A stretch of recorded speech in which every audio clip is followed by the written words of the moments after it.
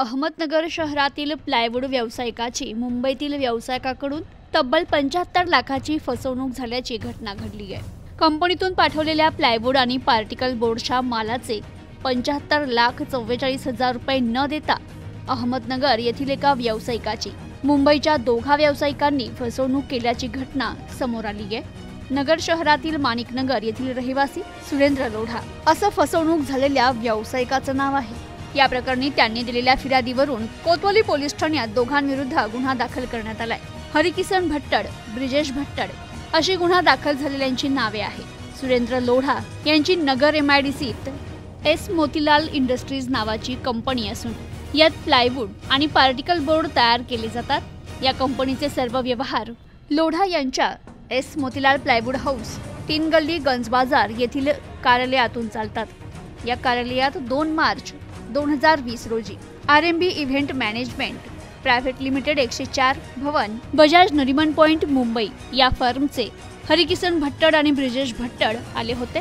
त्यांनी लोढा यांच्याकडे plywood particle board आणि MDF बोर्डची मागणी केली। त्यानुसार लोढा यांनी वेळोवेळी 1,93,34,525 रुपये, 4,09,35,525 रुपये किमतीचा माल दिला होता। त्याचे पैसेही त्यांना आले होते।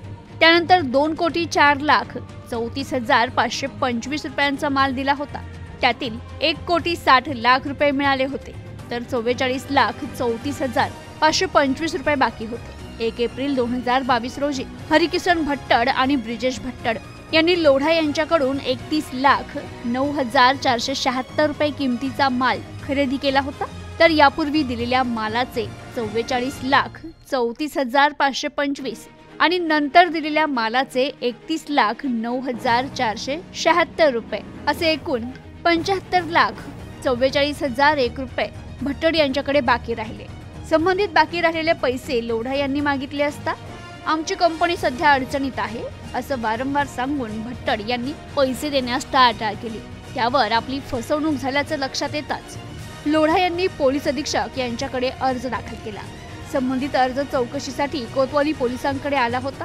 या अर्जाची चौकशी करून पोलिसांनी गुन्हा दाखल केलाय। या प्रकरणाचा पुढील तपास कोतवाली पोलीस ठाण्याच्या महिला सहाय्यक पोलीस निरीक्षक योगिता कोकाटे या करतायत। Bureau report, news today 24 Ahmednagar.